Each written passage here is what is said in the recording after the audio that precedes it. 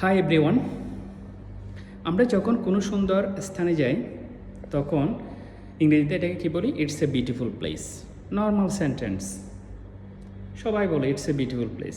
আজকে থেকে এটা বলবো না, এর পরিবর্তে এটা ক্রস। এর পরিবর্তে আমরা কোন সেন্টেন্সটা ব্যবহার করবো? অ্যাডভান্স ওয়ার্ড দিয়ে। দেখুন আমি বলতেছি, আপনারা শুনুন। Instead of saying it's a beautiful place, you can say it's a scenic place. It's a scenic place. Or you can say it's a breathtaking place. It's a breathtaking place. Or you can say it's an enchanting place. It's an enchanting place. Or you can say it's a mesmerizing place. It's a mesmerizing place. Or you can say